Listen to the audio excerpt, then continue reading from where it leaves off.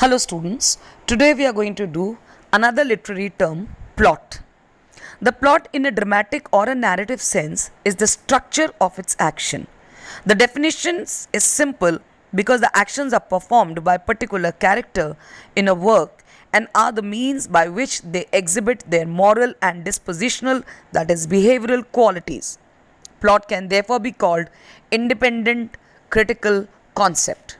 There are a great variety of plot forms. For example, some plots are designed to achieve tragic effect and others to achieve effects of comedy, romance or satire.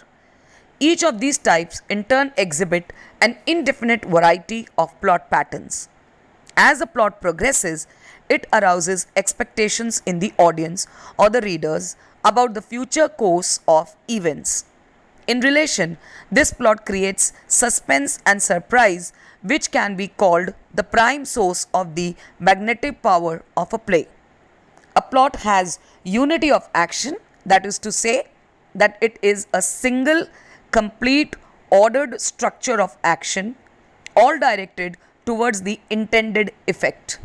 Aristotle in his Poetics has said that the plot should be so closely connected that the withdrawal of any one of the part or incident will disjoint or dislocate the whole. Therefore, the plot should be an artistic whole.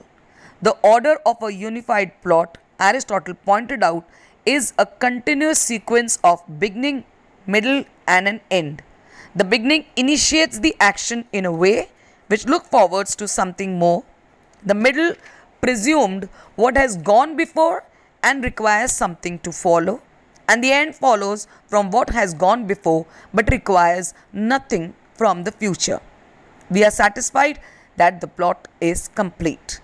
In Elizabethan drama, with the main plot, there is also a subplot, a second story that is complete and interesting in its own form, and when it is skillfully managed, it serves to broaden our outlook on the main plot and to enhance the overall effect.